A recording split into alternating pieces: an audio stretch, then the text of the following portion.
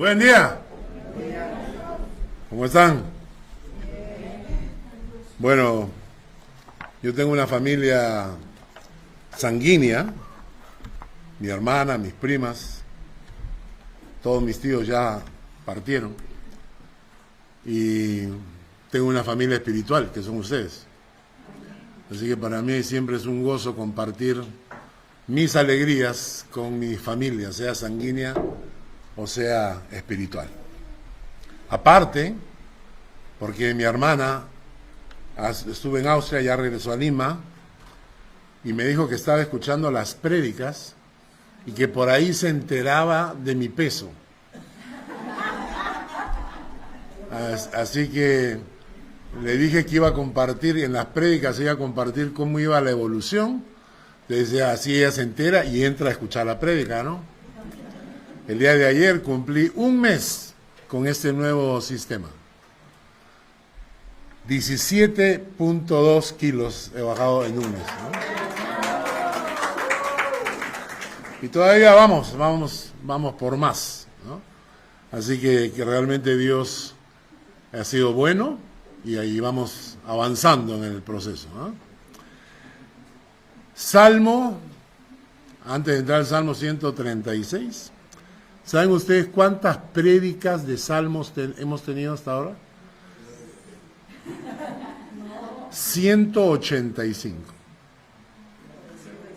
Porque en el Salmo 119 tuvimos 22 prédicas de solo el Salmo 119, y además hay salmos que hemos predicado en 2, hasta en 3 partes. Así que con el día de hoy son 183, más el de hoy son 184 prédicas de salmos. ¿Se han aburrido? ¿Han aprendido? Eso demuestra lo rica que es la palabra de Dios, cuando tienes el corazón para estudiarla y para investigar. Y la mayoría de personas no sabe.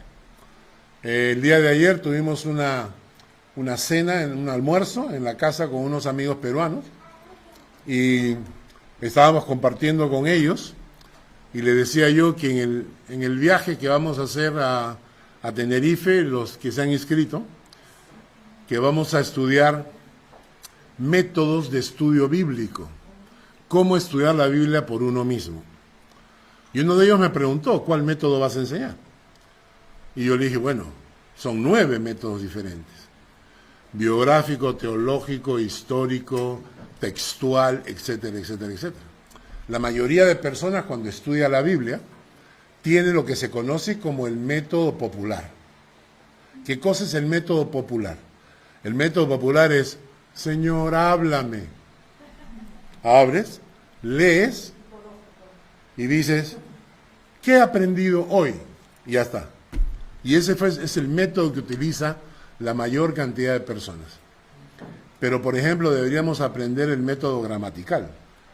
Cómo se estudia la Biblia, estudiando línea por línea, versículo por versículo, capítulo por capítulo. Es un método gramatical. Para eso, cuando les enseñe el método gramatical, ustedes van a darle gracias a su profesora de lenguaje en el colegio. Porque cuando estaba en uno del colegio y no le hacía caso, y ahora te das cuenta y dices, pero qué burro fui, ¿no? Lo que me pasó a mí cuando yo ahora recuerdo a mi profesor de alemán. Y yo decía, jamás voy a usar el alemán porque yo vivo en el Perú y ahora me tienen aquí hablando el alemán. Entonces, para los que no se han inscrito, si alguno todavía está con ánimo de viajar con nosotros a Tenerife, la última, empezando el 27 de septiembre, regresamos el 4 de octubre, así que vamos a estar compartiendo este tema en el viaje. ¿Ok? ¿Cuándo iniciamos el estudio de los Salmos? El 19 de abril del 2020. 19 de abril del 2020. Estamos en 2025, ¿ah? Ya hemos cumplido 5 años predicando de los Salmos. Un amigo me dice, ¿cómo has hecho para que la iglesia no se vaya? ¿Cómo les puedes predicar a una iglesia 183 veces de los salmos durante 5 años y no se van? Tenemos otro récord, ¿no? El de Proverbios. El de Proverbios demoramos 5 años también estudiando el libro de Proverbios, los días viernes en forma presencial en la casa de Felicidad y Billy Schweitzer, los abuelos de Claudia. 5 años estudiando los Proverbios. Así que vamos a seguir ahora para terminar. Ya estamos 136, solamente nos faltan 14 para llegar a los 150. Y por último, más 2, porque va a predicar el Salmo 1 y el Salmo 2 nuevamente, o sea que nos faltan 16 prédicas. Se supone que deberíamos demorarnos 4 meses y terminar Salmos, y nos graduamos ahí. Vamos a hacer una fiesta de graduación de los Salmos, ¿no? La Iglesia Cristiana Hispana Suiza, experta en Salmos, ¿ah? También en 2 semanas estamos terminando los 136 estudios de doctrinas fundamentales, de todos los miércoles vía Zoom, que también empezamos. Así que Dios ha sido bueno con nosotros hasta ahora. Si alguno quiere repasar los estudios, están grabados en el YouTube, y ahí tienen ustedes materiales que les va a servir para enfrentar los últimos tiempos. La Biblia dice, ahora que estamos estudiando que estamos estudiando la segunda venida de Cristo, que una de las características en el Mateo capítulo 24, cuando le preguntaron a Jesús sobre los últimos tiempos, dijo, 4 veces mencionó la palabra engaño. Engañadores, engañadores, engañadores. Eso quiere decir que si nosotros nos estamos acercando a la venida del Señor, una de las grandes características en el mundo va a ser el engaño. ¿Y qué es lo mejor para engañar a una persona? La ignorancia. ¿No es cierto? Si tú no conoces la palabra, eres pan comido. Viene cualquiera de estos profetas falsos y te vende la idea, ¿no? Y te vende cualquier cuento, cualquier doctrina, y te la adoran de tal manera que tú ahora dices, hoy será verdad. Y te agarran del horna. El horna es una palabra que usamos en el Perú para decir una persona tonta. Porque en el mar del Perú hay un pez que es muy fácil de pescar, porque es tonto. Porque muerde cualquier cosa. Y lo pescan y se llama lorna. Entonces, entre nosotros lorna significa una persona tonta, crédula, fácil de pescar. Entonces, la mejor manera de ser engañado, ¿cuál es? La ignorancia de la palabra de Dios. ¿Te dejarías operar por un doctor que estudió 1 hora los domingos? Eso es lo que pasa con la palabra, ¿no? La mayoría escucha 1 hora la prédica el domingo y con eso creen que ya están satisfechos y alimentados espiritualmente. Por eso les invito siempre a participar de los estudios los miércoles, es leer la Biblia por sí mismos, aprender a leerla todos los días y buscar material que puedan ustedes compenetrarse más cada vez en la palabra de Dios. ¿De acuerdo? Acabamos de leer el Salmo 136 y voy a preguntarle a la persona más inteligente de la iglesia, si ustedes han leído el Salmo 36, ¿qué nos quería enseñar el salmista? ¿No? Ese es el Salmo, como decir, para burros, ¿no? Es decir, le voy a repetir 26 veces, o 36 creo que son, 26 veces. Le voy a repetir que para siempre es su misericordia, para que no se les olvide, ¿no? Entonces, este es un salmo donde el escritor del salmo quiere enfatizar una gran verdad. Y esa gran verdad es porque para siempre es su misericordia. Y cuando comencé a estudiar este salmo, comencé a hacerme preguntas normales. Entonces, ¿qué es su misericordia? Por ejemplo, ¿cuánto dura su misericordia? Dice que es para siempre. La pregunta que yo me hacía era, ¿es su misericordia para buenos y malos?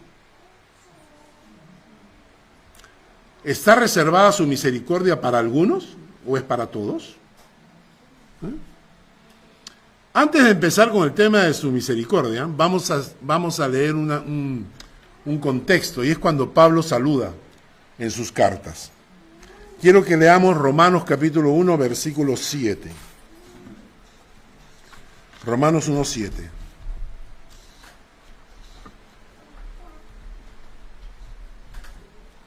¿Lo tienen? Romanos 1, 7 dice: a todos los que estáis en Roma, amados de Dios, llamados a ser santos, gracia y paz a vosotros, de Dios nuestro Padre y del Señor Jesucristo. Primera de Corintios, capítulo 1. Primera de Corintios, capítulo 1.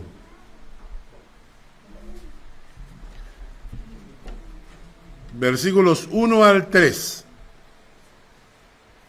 Dice: Pablo, llamado a ser apóstol de Jesucristo por la voluntad de Dios, y el hermano Sóstenes, a la iglesia que está en Corinto, a los santificados en Cristo Jesús, llamados a ser santos con todos los que en cualquier lugar invocan el nombre de nuestro Señor Jesucristo, Señor de ellos y nuestro. Gracia y paz a vosotros, de Dios nuestro Padre y del Señor Jesucristo. Hablaremos dentro de un momento de lo que es la gracia. Pero lo interesante es que en el saludo de Pablo, cada vez que Pablo escribía una carta a una iglesia, les desea gracia y paz. Gracia y paz. Nosotros estamos acostumbrados a que el término paz viene del griego shalom, que es como los hebreos se saludaban entre ellos. Pero Pablo no usa ese término cuando dice paz. Pablo utiliza otro término que se llama eirene. Eirene en griego, que significa paz. Y que en realidad la traducción exacta es estado de relaciones armoniosas y libertad de conflictos. ¿Qué tal? Cuando Pablo le escribe a las iglesias, les dice: lo que anhelo para ustedes es una iglesia donde hayan relaciones armoniosas y libertad de conflictos. Qué lindo, ¿no? ¿Y por qué? Cuando Jesús está hablando con sus discípulos, les dice: la paz os dejo, mi paz os doy. Yo no os la doy como el mundo la da. No se turbe vuestro corazón ni tenga miedo. Y Jesús tampoco utiliza la palabra shalom. Utiliza eirene. Lo que Jesús está diciendo es la capacidad de vivir en armonía, la capacidad de vivir en libertad sin conflictos, es algo que Jesús nos regala cuando su presencia es real en nuestras vidas, en nuestras iglesias, en nuestras familias. La capacidad de vivir en armonía y en libertad de conflictos en casa es un regalo que Jesús da, porque Jesús dice: mi airene yo las doy a ustedes. Yo les doy mi airene para que ustedes puedan vivir en armonía y en libertad de conflictos, sea en la iglesia, sea en tu familia, sea en tu casa. Hablamos con mi esposa el otro día, temprano en la mañana, y decíamos que nosotros este año que viene cumplimos 40 años de estar casados, más 7 años de enamorados. No éramos novios, ¿ya? No éramos novios, no convivíamos juntos, ni no habían asuntos raros. Entonces, 7 años y luego 40 años juntos. sea, 47 años. 47 años.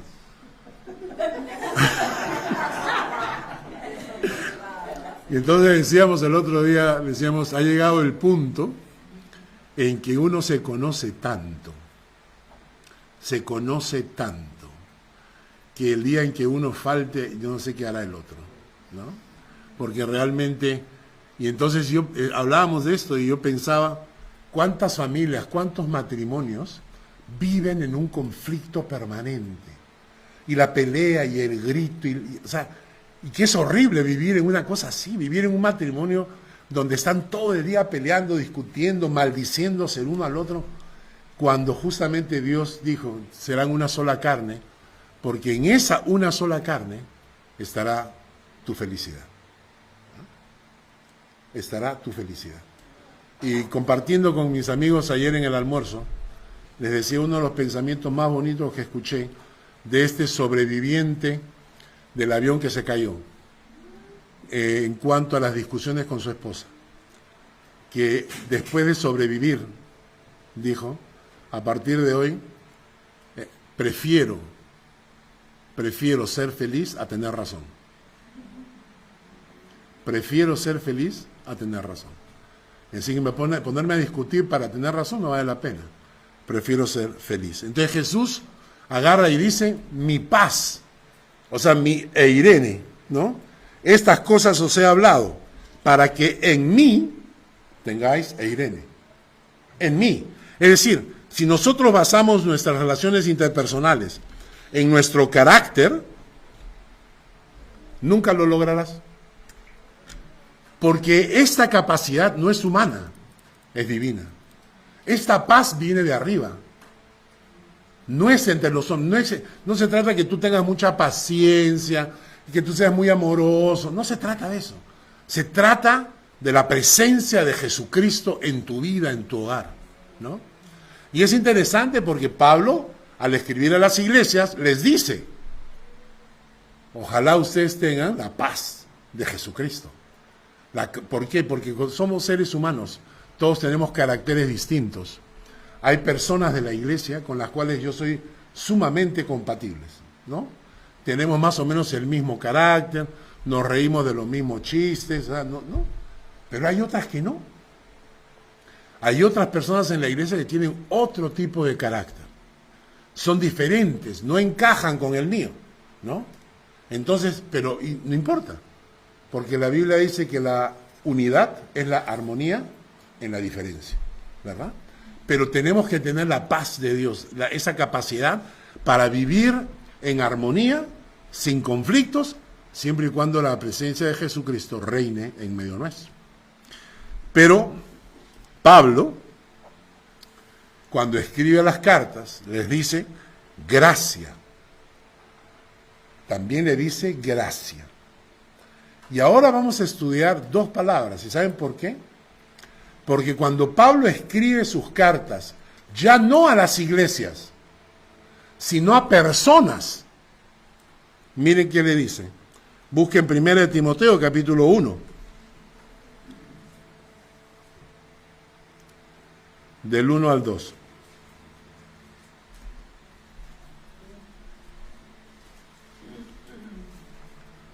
Primera de Timoteo capítulo 1, versículos 1 al 2. ¿Lo tienen?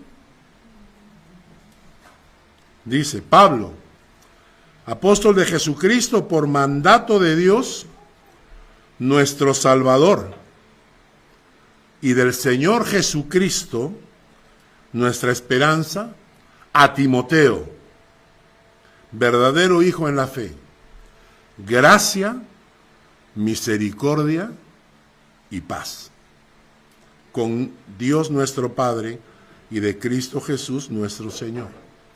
Volteé un par de páginas después, Tito, la carta a Tito, capítulo 1, versículo 4, le escribe, a Tito, verdadero hijo en la común fe, gracia, misericordia y paz de Dios Padre y del Señor Jesucristo, nuestro Salvador. Cuando Él escribe a las iglesias, escribe gracia y paz.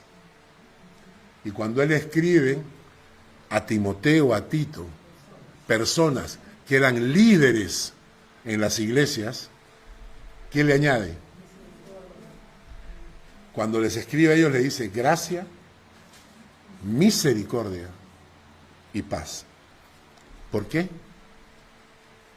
Porque Timoteo y Tito eran grandes hombres de Dios, eran siervos de Dios, eran jóvenes. Pero dice la Biblia, no hay en la tierra un hombre que no peque. ¿No?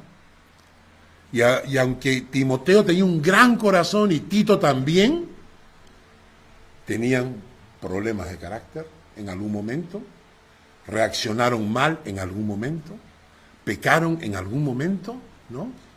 Y entonces Pablo, cuando le escribe a las personas, les dice que la misericordia de Dios te cubra. Es decir, vive bajo la misericordia de Dios. Porque como seres humanos imperfectos, vamos a necesitar de la misericordia de Dios y no del castigo de Dios. ¿Verdad? Así que vamos a estudiar en este momento la diferencia entre dos palabras: gracia y misericordia. Gracia y misericordia son como las dos caras de una moneda, ¿no? Por un lado aparece gracia, por otro lado aparece misericordia. Ahora, ¿qué es la gracia? La gracia, recibimos algo que no merecemos. ¿Ok? Recibimos algo que no merecemos. ¿Por qué? ¿Por qué recibo algo que no merezco? Porque al morir en la cruz, Jesús, cargando con pecados que no eran suyos, y al resucitar de la muerte, obtuvo el derecho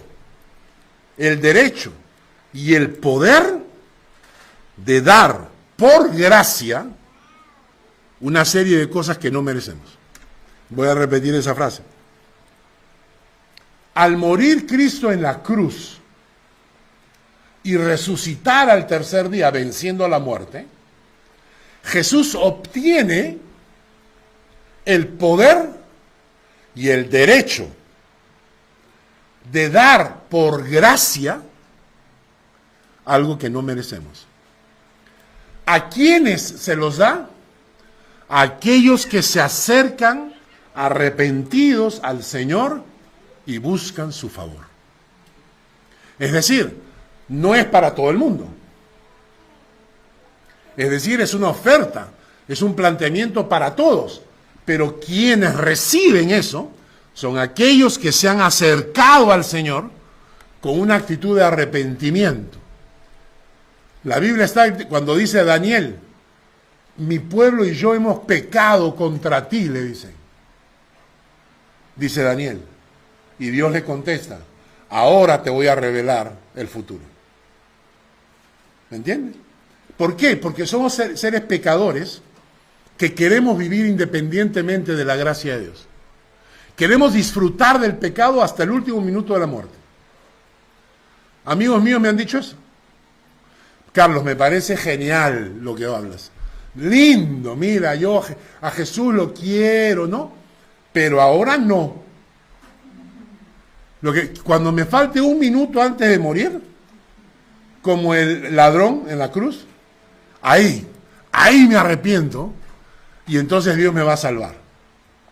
En otras palabras, lo que me está diciendo es, o sea, tú amas el pecado, amas la maldad y quieres disfrutar al máximo de todo pecado y de toda maldad, pero un minuto antes te arrepientes porque no quieres irte al infierno.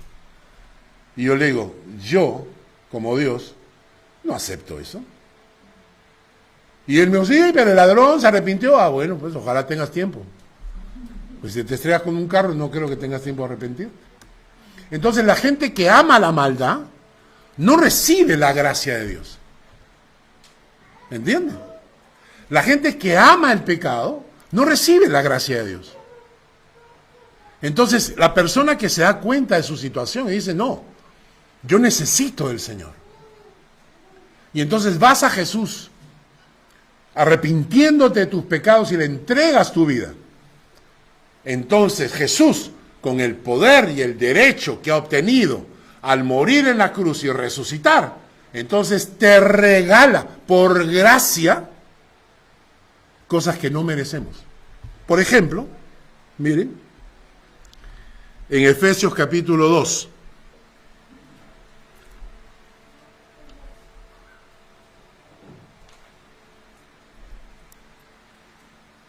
Efesios capítulo 2, versículos 4 al 9. Pero Dios, que es rico en misericordia, por su gran amor con que nos amó, aun estando nosotros muertos en pecados, nos dio vida juntamente con Cristo. Por gracia sois salvos. Juntamente con Él nos resucitó y asimismo nos hizo sentar en los lugares celestiales en Cristo Jesús, para mostrar en los siglos venideros las abundantes riquezas de su gracia en su bondad para con nosotros en Cristo Jesús, porque por gracia sois salvos por medio de la fe. Esto no de vosotros, pues es un don, es un regalo de Dios, no por obras para que nadie se gloríe. La salvación no la merecemos, porque una persona que ha ofendido a Dios no merece ser salvado. Es por gracia, por algo. Recibo algo que no merezco. Y eso es importante, porque en la mayoría de religiones en el mundo, la salvación es por obras. En la mayoría de religiones en el mundo, tú tienes que hacer algo para poder salvarte. Y en este pasaje te está diciendo que tu salvación no es por obras, es por gracia. ¿Pero cómo entonces? Por medio de la fe. Es decir, tú pones tu fe en el Señor. Tú dices, no puedo salvarme, necesito que Él me salve. Necesito que Él haga conmigo algo que no merezco. Y entonces, ¿a quiénes le regala su salvación? Aquellos que por medio de la fe se han acercado a Él y le han dicho, Señor, ayúdame. Entonces el paso de acercarte al Señor, Señor tiene misericordia y por gracia te salva. Entonces la salvación es un regalo que no merecemos. Nadie se gana el cielo. Nadie. Yo tengo guardados pinturas de mis hijos. Tengo un tacho, tengo mis lapiceros ahí, que lo hizo Maki cuando tenía, ¿qué cosa? 10 años, 11 años de edad. Hizo un gatito ahí en colegio, ¿no? Yo lo guardo. Y ahí pongo mis lapiceros en el escritorio. Hecho por un niño. O sea, no es una obra de arte, pero no es un Picasso tampoco, ¿no? ¿Verdad? Y si yo lo pongo al remate, si lo pongo en internet y digo, remato esto al mejor postor, ¿cuánto me van a dar? Porque no tiene valor para la gente, pero para mí sí, porque fue hecho por mi hijo, ¿cierto? Muy bien. Lo más que podemos hacer nosotros para ganarnos la salvación no alcanza a la altura de Dios, porque Dios es perfecto. Porque aún nuestros buenos actos vienen cargados, puede ser con soberbia. Miren, voy a dar mi ofrenda a la Teletón. Y van, ¿sí?, a la Teletón y se paran adelante con su cheque. en cámara. Si tú quieres ayudar, dicen que tu mano derecha no vea lo que hace tu mano izquierda. ¿Por qué salen en la televisión a decir cuánto están dando? Porque en el fondo no están ayudando. En el fondo es la soberbia para ser reconocidos como buenos. Muchas de las cosas que hacemos están cargadas de nuestros pecados. Nada gana el favor de Dios. Lo único que ha podido ganar el favor de Dios es la muerte de Cristo en la cruz. Y Él obtuvo entonces el derecho y el poder para por gracia darte salvación. Por ejemplo, Romanos capítulo 3. Romanos capítulo 3. Versículo 23. 3, 23. ¿Tiene? Romanos 3, 23. Por cuanto todos pecaron y están destituidos de la gloria de Dios. ¿Está claro? Todos pecaron y por tanto todos estamos destituidos de la gloria de Dios, siendo justificados gratuitamente por su gracia. ¿Cómo? Mediante la redención que es en Cristo Jesús. ¿Qué significa redención? Comprar, pagar un precio de rescate. ¿Cuál fue el precio? La sangre. Fuiste comprado por medio de la sangre de Cristo. Él pagó el precio del rescate. Él te rescató porque te compró. Y por eso eres justificado delante de Dios. ¿Qué es eso? ¿Cómo que soy justificado? Es muy simple. Tú eres una persona que ha sido destituida de la gloria de Dios, ¿no? ¿Está bien? Entonces, Cristo, te acercas a Él. Jesús te limpia de tus pecados. Jesús te perdona tus pecados. Y te presenta delante de Dios. Y Dios te ve y dice, wow, oye, este está limpio, no tiene nada. Nunca ha pecado. Tú calladita la boca, no digas nada. Tú, calladita la boca.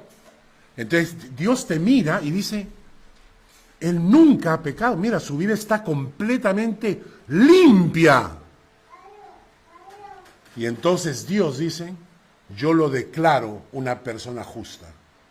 ¿A quién? A ti. Y tú dices, pero Jesús, o sea, ¿cómo es el asunto? Porque tú estás cubierto por la sangre de Cristo. Y Dios te declara justo por lo que Cristo hizo en la cruz por ti. ¿Entendieron? Justificados gratuitamente por su gracia. ¿Ah? Y entonces es la gracia de Dios, algo que no merecemos, lo que te salva, lo que te justifica. Mira, Efesios 1:7.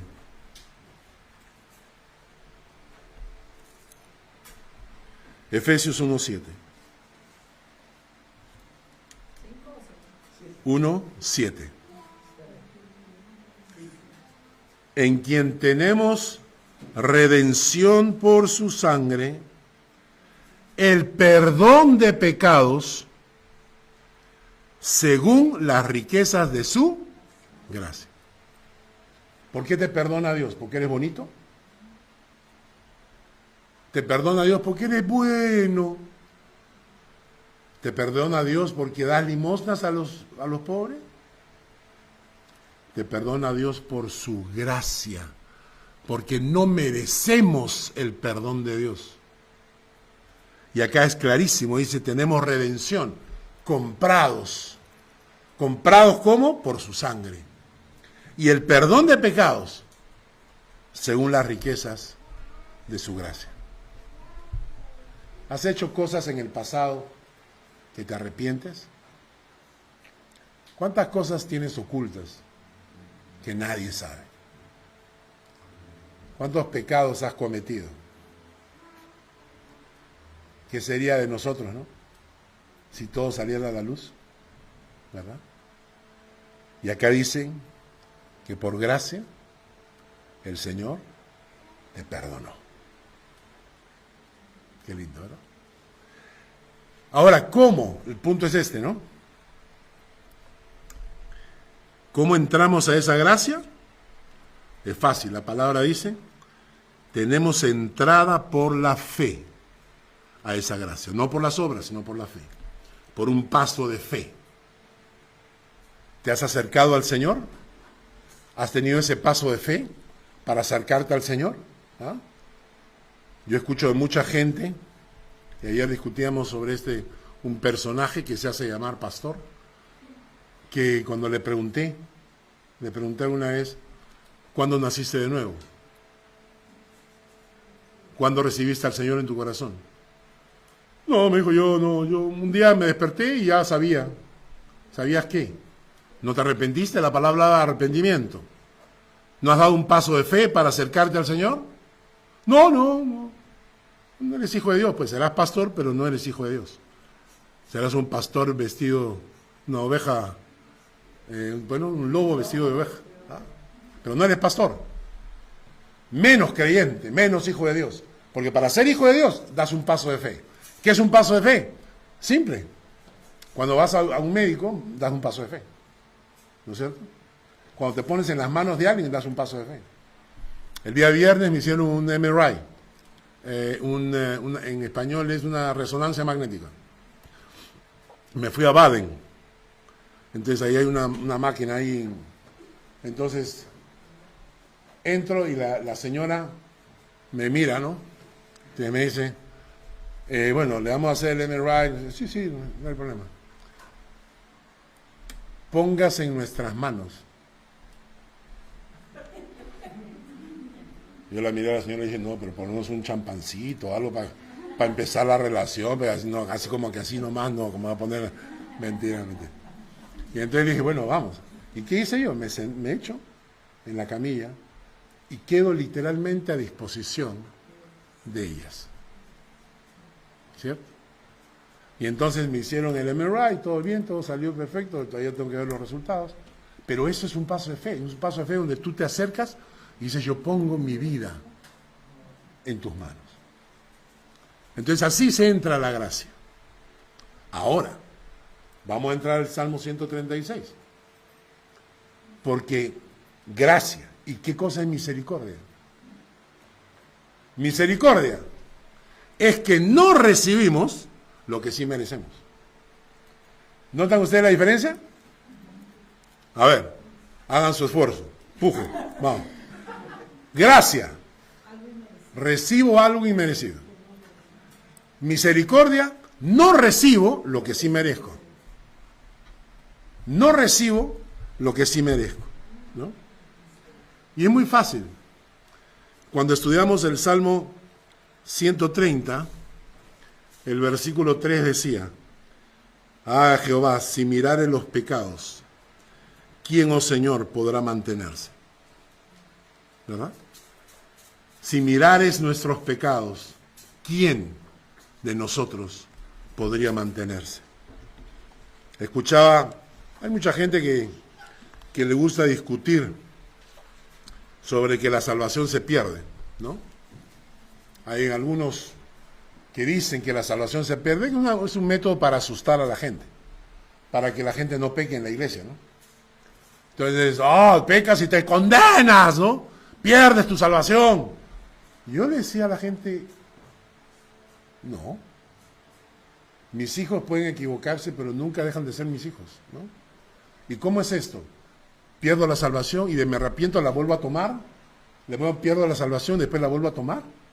Así es, funciona. Pero esta gente insiste, ¿no? Y escuché un pensamiento que me gustó mucho, de un hombre de Dios que acaba de fallecer, el John MacArthur. Él dice este pensamiento: si el pecar, aunque sea grave, te hace perder la salvación, todos habríamos perdido la salvación ya. Todos la habríamos perdido. Porque no hay hombre en la tierra que haga el bien y nunca peque.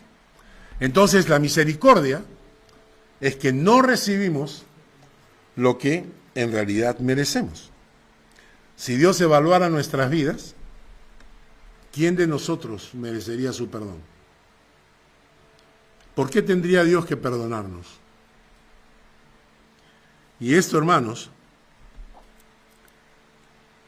este pensamiento es tan importante para que entendamos lo necesario que en nuestras vidas es que Dios tenga misericordia de nosotros y que su misericordia dure para siempre. Yo quiero vivir bajo la misericordia de Dios.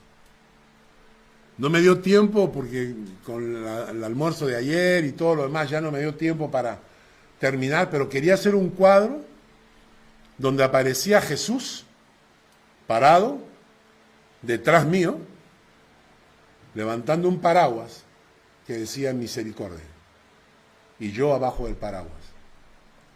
Hermanos, eso es lo que yo necesito en mi vida. Yo necesito vivir bajo la misericordia de Dios. Yo no necesito un policía. Algunas gentes hablan de Dios como si fuera un policía, ¿no? Que está esperando que te equivoques para inmediatamente caerte encima, ¿no? Ese no es el Dios de la Biblia. El Dios de la Biblia es un Dios cuya misericordia dura para siempre. ¿Puedo hacer lo que me da la gana? Ah, no, esa es otra cosa. Si yo quiero vivir en el pecado y amar el pecado, me estoy saliendo de la misericordia de Dios. Si yo quiero vivir lejos de Dios, es como el hijo pródigo. Dios me deja ir, porque es un caballero. Anda, disfruta de tu pecado, y después cuando llores, vuelve, y Dios te estará esperando. ¿Verdad? Ahora sí vamos al Salmo 136. Todo fue introducción. Empezamos con el Salmo 136, el versículo 1. Alabad a Jehová, porque Él es bueno, porque para siempre es su misericordia. Aún las enfermedades, aún la adversidad, inclusive las pruebas, son parte de su bondad para mí. Jeremías capítulo 29. Jeremías capítulo 29. Dice: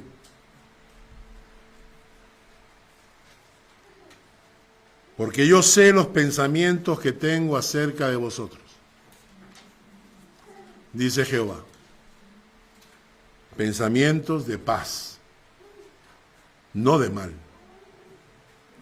para daros el fin que esperáis. El versículo 11. Porque yo sé los pensamientos que tengo acerca de vosotros, dice Jehová, pensamientos de paz y no de mal, para daros el fin que esperáis. Lo que Dios quiere para nosotros son pensamientos de bondad, de seguridad, de bienestar, de salud. Entonces me invocaréis y vendréis y oraréis a mí, y yo os oiré. Y me buscaréis y me hallaréis, porque me buscaréis de todo vuestro corazón. ¿Somos capaces de creer en la bondad de Dios aún en medio de la adversidad? La semana pasada les decía, el mundo, la carne y el diablo quieren hacerte creer que las cosas buenas vienen por la suerte, por la casualidad o por tu esfuerzo, ¿no? Y que las cosas malas vienen de Dios, ¿verdad? La semana pasada les decía eso. Cuando las cosas buenas ocurren, entonces es mi suerte, ¿no? O es mi capacidad, es mi esfuerzo, o es por casualidad. Pero cuando las cosas malas, ¿por qué lo permite Dios? Y acusamos a Dios. cuando es exactamente al revés. Las cosas buenas vienen de Dios y las cosas malas vienen por el mundo, por la carne o por Satanás. Exactamente al revés. Seguimos con el Salmo 136, versículo 2. Alabad al Dios de los dioses, porque para siempre es su misericordia. Alabad al Señor de los señores, porque para siempre es su misericordia. Alabad al único que hace grandes maravillas, al que hizo los cielos con entendimiento, al que extendió la tierra sobre las aguas, al que hizo las grandes lumbreras, el sol para que señoreasen el día, la luna y las estrellas para que señoreasen en la noche, porque para siempre es su misericordia. Y Dios dice que muestra su misericordia aún en la creación del universo, y aún su creación lo refleja. Piensen por un instante en esto. Dios crea el universo, y luego se busca un planeta. Se busca un planeta y dice, voy a poner en ese planeta al hombre, a la humanidad. Pero aguanta, le voy a preparar la creación. Y empieza creando, dice en el día 1, llamó a Dios a la luz día, a las tinieblas llamó noche, separó Dios la luz de las tinieblas. Y luego dice, hay expansión en medio de las aguas, separe las aguas de las aguas. Y luego dijo, júntense las aguas que están debajo de los cielos en un lugar, descúbrase lo seco, y a eso le llamó tierra. Luego dijo, produzca la tierra hierba verde, que dé semilla, y fue la tarde y la mañana del tercer día. Y luego dijo, haya lumbreras en el cielo, ¿no? Y el sol y la luna, y fue la tarde del cuarto día. Y luego produzca las aguas seres vivientes, aves que vuelen sobre la tierra, y fue la tarde y la mañana del quinto día. Y ya tenemos tierra, sol, luna, animales, plantas, árboles, con frutales, con todo. Y cuando hizo todo, agarró y dijo, ahora sí, vamos a crear al hombre. Dime si no es su misericordia grande. Aún la misericordia de Dios en la creación refleja su amor por nosotros. Seguimos. Versículo 10. Al que hirió a Egipto en sus primogénitos, al que sacó a Israel de en medio de ellos, con mano fuerte, brazo extendido, al que dividió el mar rojo en partes, e hizo pasar a Israel por en medio de él, y arrojó Faraón a su ejército en el mar rojo. ¡Wow! Espera, un momento. Los egipcios no la pasaron bien. Los egipcios no la pasaron bien. Hirió a Egipto y a sus primogénitos. El primogénito de Faraón murió. Sacó a Israel de en medio de ellos, con mano fuerte, brazo extendido, dividió el mar rojo en partes para proteger a su pueblo que iba cruzando, escapando. Pero cuando los egipcios entraron en el agua, Dios cerró las aguas y se ahogaron. Hizo pasar a Israel por en medio de él. Arrojó a Faraón y a su ejército en el mar. Entonces, ¿cómo es esto? ¿Es su misericordia para todos? No. Su misericordia es para su pueblo, para sus hijos. Y el que quiere hacerle daño a sus hijos se enfrenta al juicio de Dios. La Biblia dice que para su pueblo hay misericordia y para los que no hay juicio. ¿Qué harías tú si tus hijos te llaman pidiendo ayuda? ¿Qué haces? ¿Qué haces tú si en algún momento tu hijo te llama y te dice, papá, me están asaltando? ¿Qué haces? Le dices, aprende la lección, hijo mío. ¿Eso le vas a decir? Si tú estás cerca, vas a saltar. ¿Y vas a ir en pos de tus hijos o no? Oye, ¿y si defender a tu hijo le hace daño al ladrón? ¿Qué haces? Piña, pues. ¿Cierto? Piña. Mala suerte. ¿Por qué te metes con mis hijos? ¿Ustedes creen que nosotros amamos a nuestros hijos más de lo que Dios nos ama? Cuando tus hijos claman por ayuda, que fue lo que hizo el pueblo de Israel, clamaron por ayuda. Entonces Dios intervino con misericordia porque su pueblo no lo merecía. Pero Dios interviene por misericordia y saca a su pueblo. Y eso significa que la ira de Dios cayó sobre los egipcios.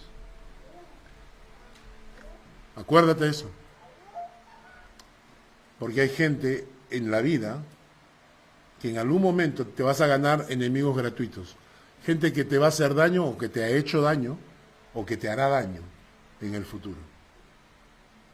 Y siempre acuérdate que vivir bajo la misericordia de Dios es el mejor lugar.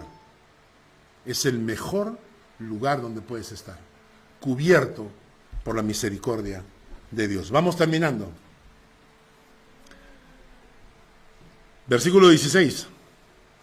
Al que pastoreó a su pueblo en el desierto, al que hirió a grandes reyes y mató a reyes poderosos, a Sehón, rey amorreo, y a Og, rey de Basán, y dio la tierra de ellos en heredad a Israel su siervo. Él es el que en nuestro abatimiento se acordó de nosotros, y nos rescató de nuestros enemigos, y el que da alimento a todo ser viviente. Los egipcios hubo juicio,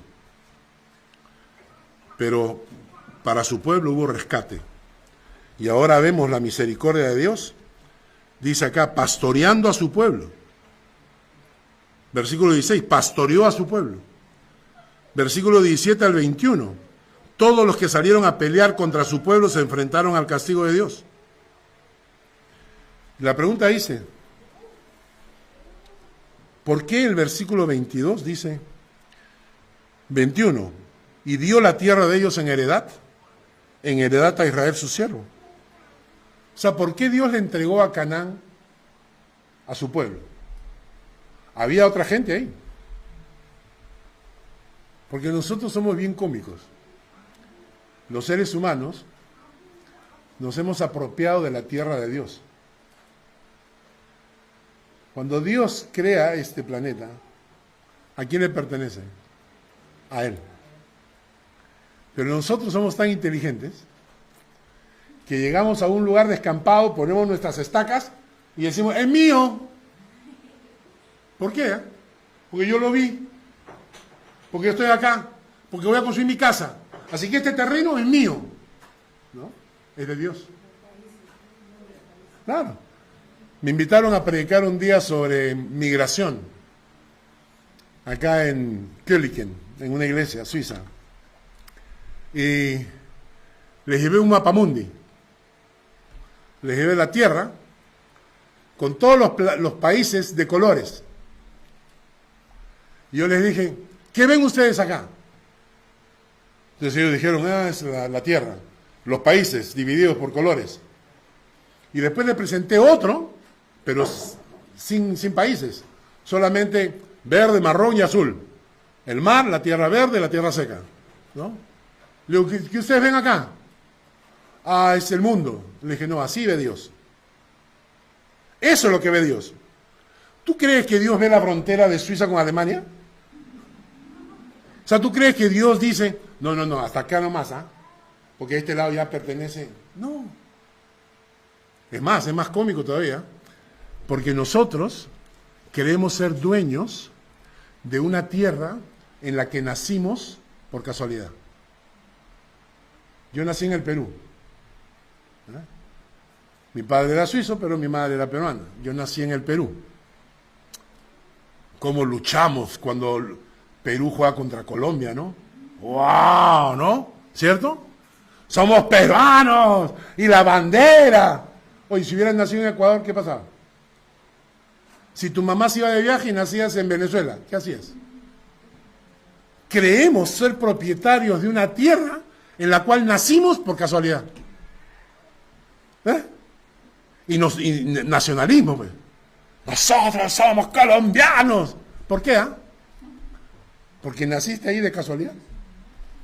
Porque dirían lo mismo si hubieran nacido en México. Nosotros somos mexicanos. creemos que somos propietarios de una tierra en la cual nacimos por casualidad.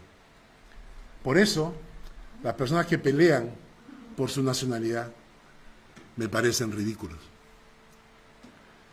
Porque no nos diferenciamos. Todos nacimos en un planeta que es de Dios. Y Dios, por su misericordia, decidió que esa parte de Canaán le pertenecía al pueblo hebreo. Y se la dio. Y todos esos reyes que, no, que acá nosotros luchamos mi tierra, o la entregan o mueren. La misericordia de Dios para su pueblo.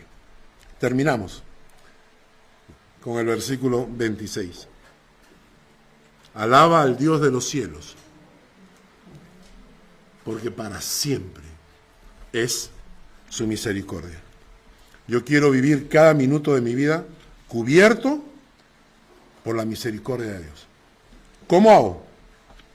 Le voy a dar 3 consejos. ¿Quieres vivir bajo la misericordia de Dios? Ya. Punto 1. Separa un tiempo diario para encontrarte con Él. Separa un tiempo diario para encontrarte con Dios. A solas. Haz crecer tu relación con el Señor. Llénate de Dios. A solas. Diariamente. No salgas a la calle sin tener un tiempo a solas con Dios. Segundo, camino de santidad. ¿Hay un cuadro ahí del camino de santidad? ¿Sí? ¿No? ¿El último? Bueno. Camino de santidad es fácil. Honra a Dios en todos tus actos. Honra a Dios en todos tus actos. Adora a Dios con todo el corazón y sirve a Dios en todo tiempo. Ese es el camino de santidad. Ese es el camino de santidad. Honra, adora, sirve. Honra, adora, sirve. Honra a Dios en todo lo que haces. En tu trabajo, en tu casa, cuando cocinas, cuando hablas con el vecino, cuando tomas el tren. Honra a Dios en todo lo que haces. Adora a Dios con todo el corazón. Y sirve a Dios en todo tiempo. Y termino con un versículo. El Salmo 18, versículo 25 dice: